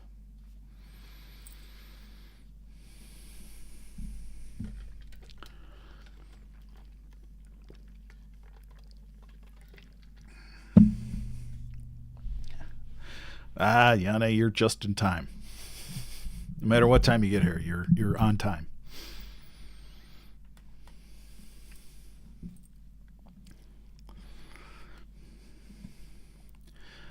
Chapter 5. The Giant Killers. Leslie liked to make up stories about the giants that threatened the peace of Terabithia, but they both knew that the real giant in their lives was Janice Avery. Of course, it wasn't only Jess and Leslie that she was after. She had two friends, Wilma Dean and Bobby Sue Henshaw, who were almost as big as she was, and the three of them would roam the playground, grabbing up hopscotch rocks, running through jump ropes, and laughing while second graders screamed. They would even stand outside the girls' room first thing every morning and make the little girls give them their milk money before they let them go to the bathroom. Maybelle, unfortunately, was a slow learner. Her daddy had brought her a package of Twinkies, and she was so proud that as soon as she got on the bus, she forgot everything she knew and yelled to another first grader, "Guess what I got in my lunch today, Billie Jean?" "What?" "Twinkies!" She shouted so loud she could have heard her in the back seat, even if you were deaf in both ears. Out of the corner of his eye, Jess thought he saw Janice Avery perk up.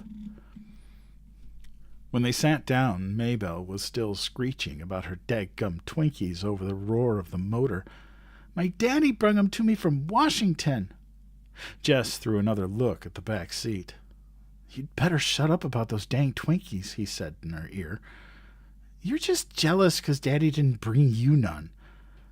"Okay," he shrugged across her head at Leslie to say, "I warned her, didn't I?" And Leslie nodded back. Neither of them was too surprised to see Maybelle come screaming toward them at recess time. "She stole my Twinkies!" Jess sighed. "Maybelle, didn't I tell you?" "You gotta kill Janice Avery. Kill her.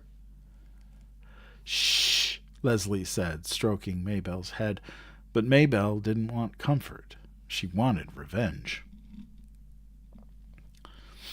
"You gotta beat her up into a million pieces." She'd sooner tangle with Mrs. Godzilla herself. "Fighting ain't gonna get back nothing, Maybelle. Them Twinkies is well on the way to patting Janice Avery's bottom by now." Leslie snickered, but Maybelle was not to be distracted. "You're just yeller, Jessie Aarons. If you wasn't yeller, you'd beat somebody up if they took your little sister's Twinkies." She broke into a fresh round of sobbing. Jess stiffened. He avoided Leslie's eyes. Lord, there was no escape. He'd have to fight the female gorilla now. "Look, Maybelle," Leslie was saying, "if Jess picks a fight with Janice Avery, you know perfectly well what will happen." Maybelle wiped her nose on the back of her hand. "She'll beat him up." "No, he'll get kicked out of school for fighting a girl. You know how Mr. Turner is about boys who pick on girls." "She stole my Twinkies." I know she did, Maybelle, and Jess and I are going to figure out a way to pay her back for it. Aren't we, Jess? He nodded vigorously. Anything was better than promising to fight Janice Avery. What you gonna do? I don't know yet. We'll have to plan it out very carefully, but I promise you, Maybelle, we'll get her. Cross your heart and hope to die? Leslie solemnly crossed her heart. Maybelle turned expectantly to Jess, so he crossed his too, trying hard not to feel like a fool, crossing his heart to a first grader in the middle of the playground. Maybelle snuffled loudly. It ain't as good as seeing her beat to 1,000,000 pieces. No, said Leslie. I'm sure it isn't, but with Mr. Turner running this school, it's the best we can do, right, Jess? Right.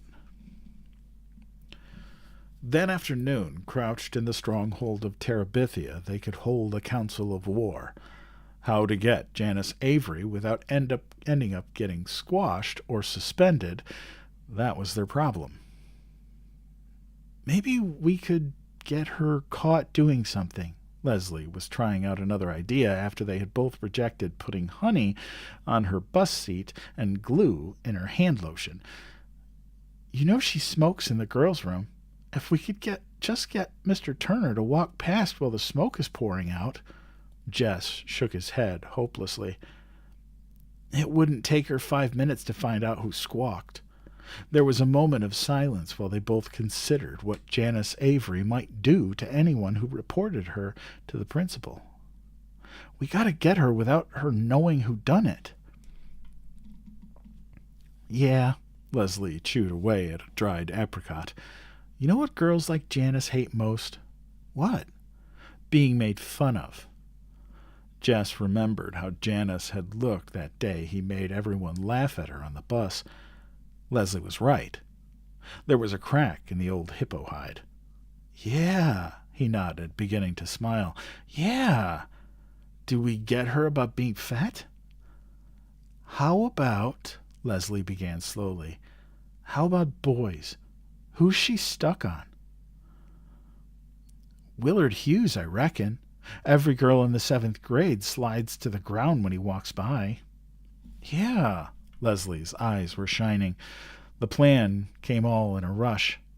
We write her a note, you see, and pretend it's from Willard. Jess was already getting a pencil from the can and yanking a piece of notebook paper out from under a rock. He handed them to Leslie.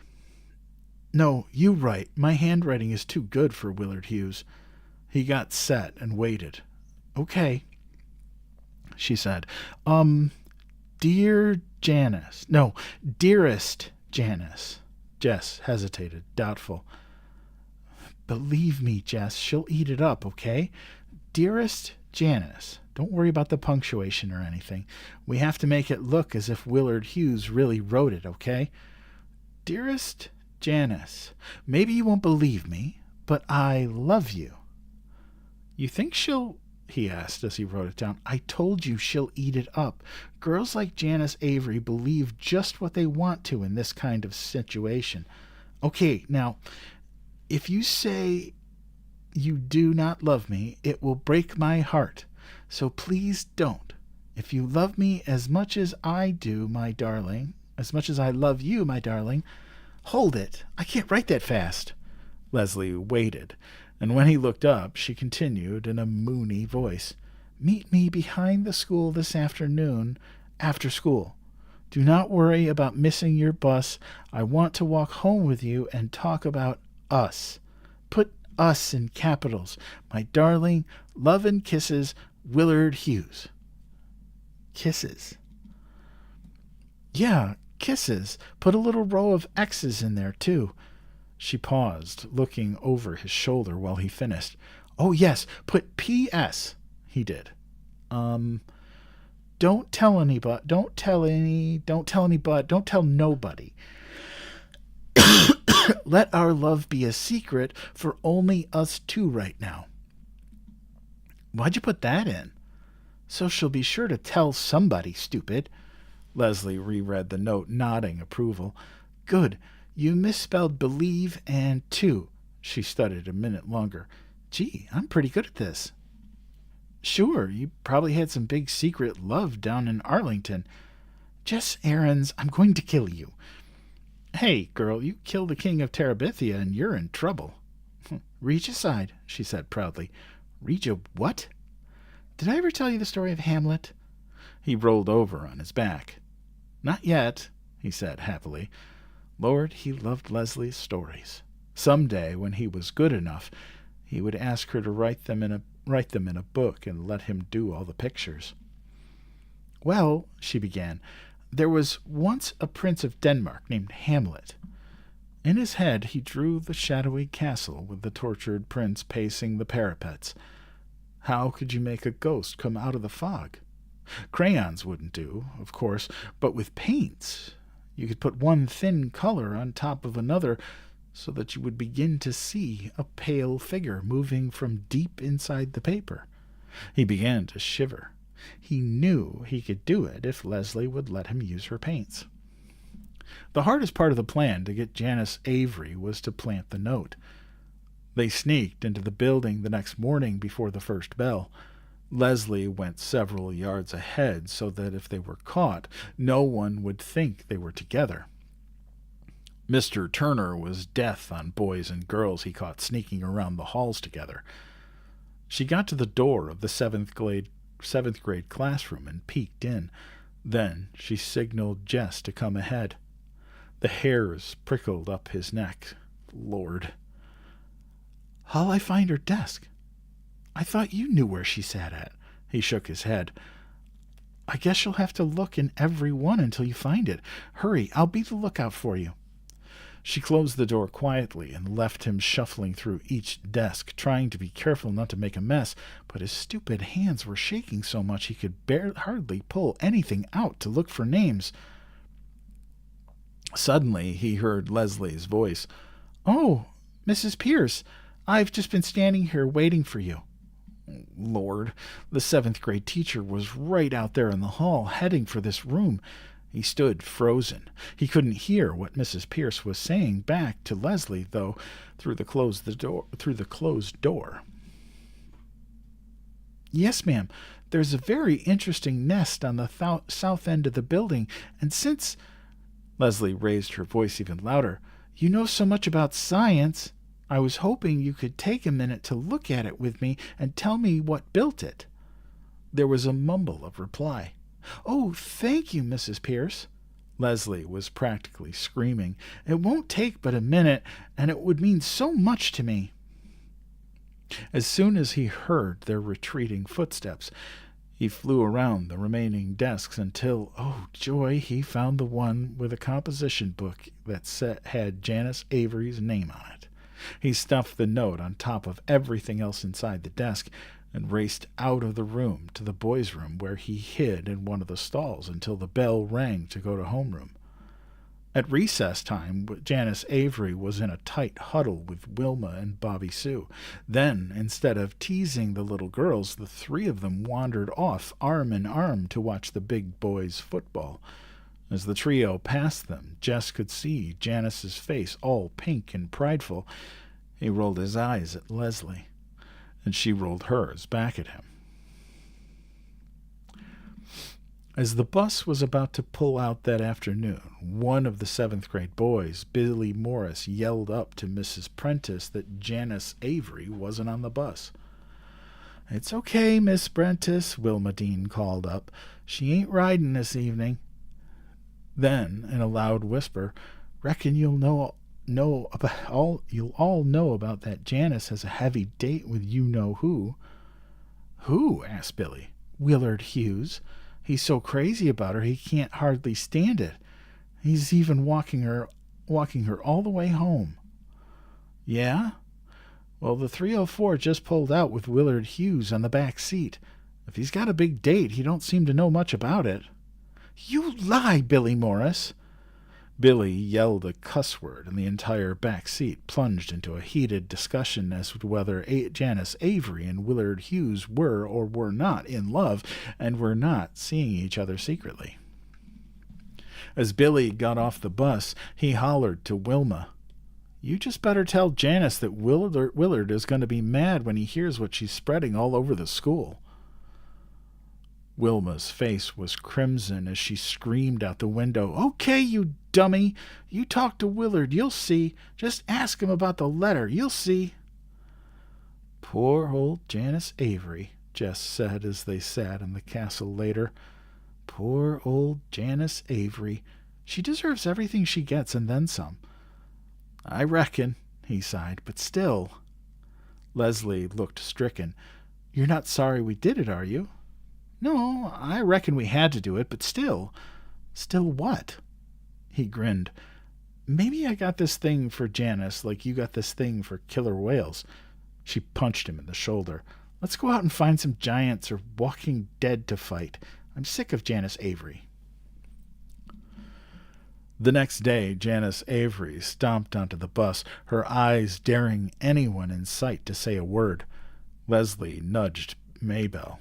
Maybelle's eyes went wide. Didya? Shh, yes. Maybelle turned completely around and stared at the back seat. Then she turned back and poked Jess. You made her that mad? Jess nodded, trying to move his head as little as possible as he did so. We wrote that letter, Leslie whispered, but you mustn't tell anybody or she'll kill us. I know, said Maybelle, her eyes shining. I know. All right. Well, that puts us at chapter 6. And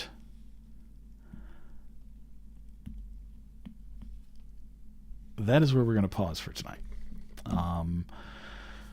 We're just under halfway through the book, and I figure if we don't finish it tomorrow, I'll give you guys the option, and maybe we'll finish it on Wednesday.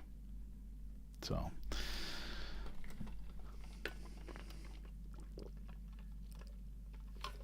well, I appreciate everybody that came back in after the little snafu there with TikTok. Oh, boy. Sometimes I can't. Sometimes I just can't win. I know. The time flies. You know, it was funny when TikTok froze. I'm like looking at chat off to the side and I'm going, wow, they're awfully quiet. I didn't realize that it had locked up and you guys weren't there anymore. Yeah. So, yeah, no, that was a little crazy. But, yeah, it's okay.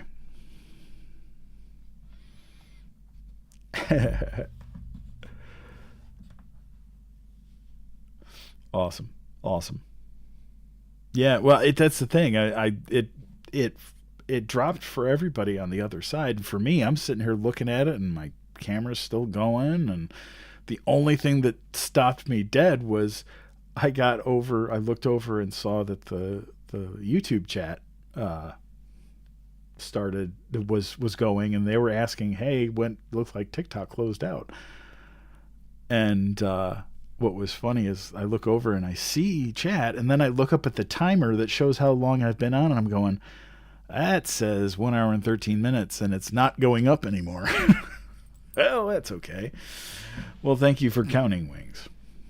It is 11 already.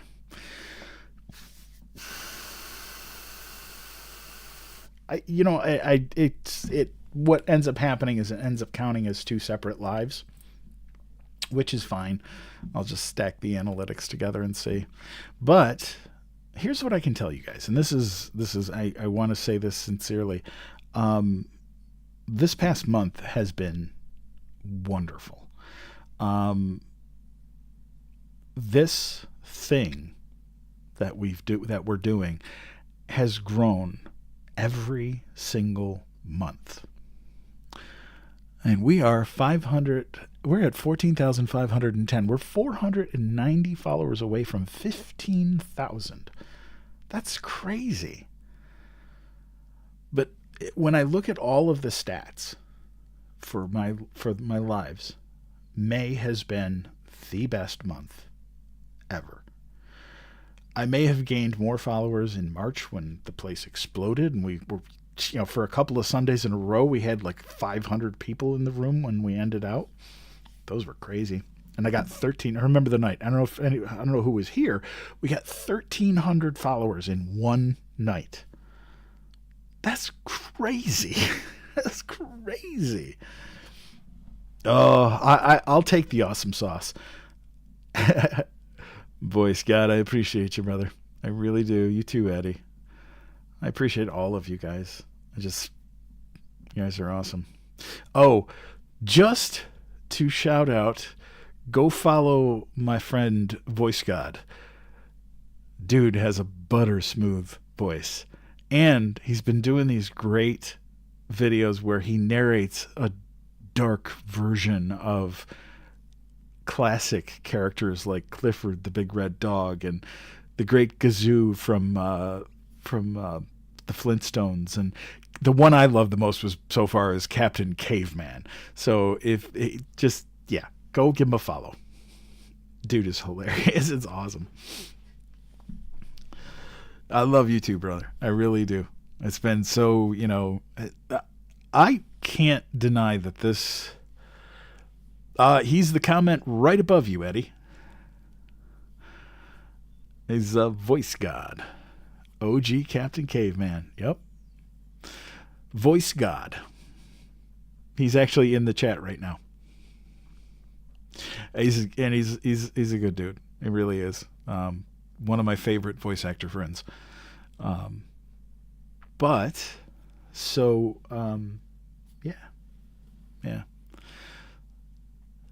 But yeah, month of May has been the best month ever that I've had so far. And it's just growing from there. Eddie, it's Voice God. It's VOICE space GOD.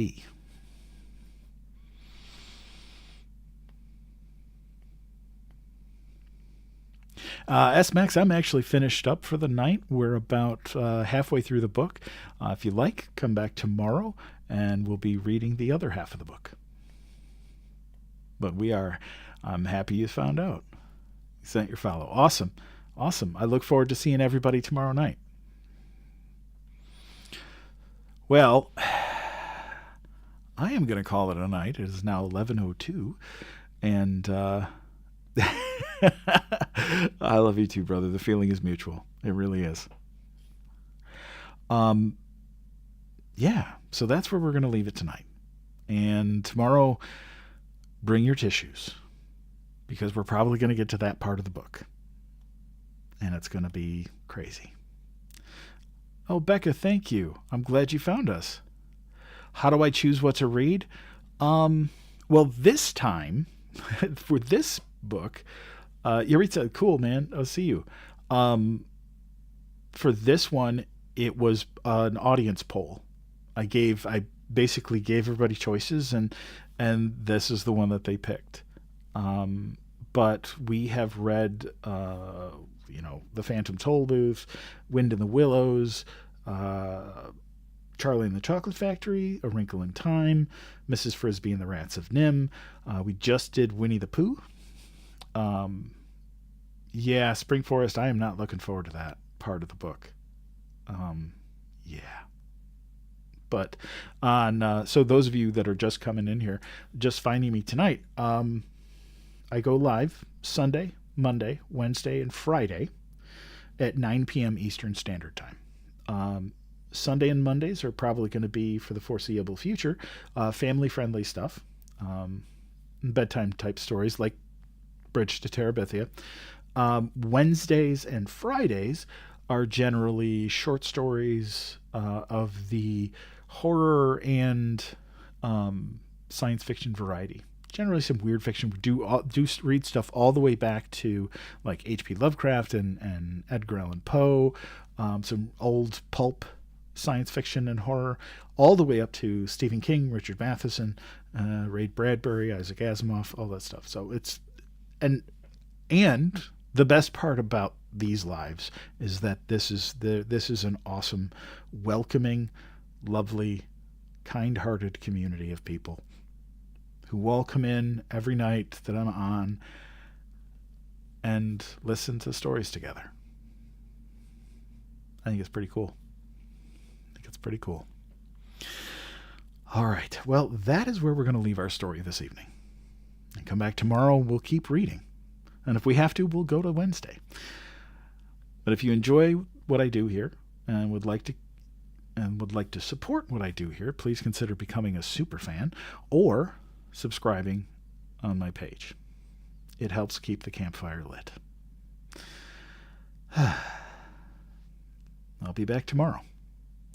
So until then, please be kind to each other.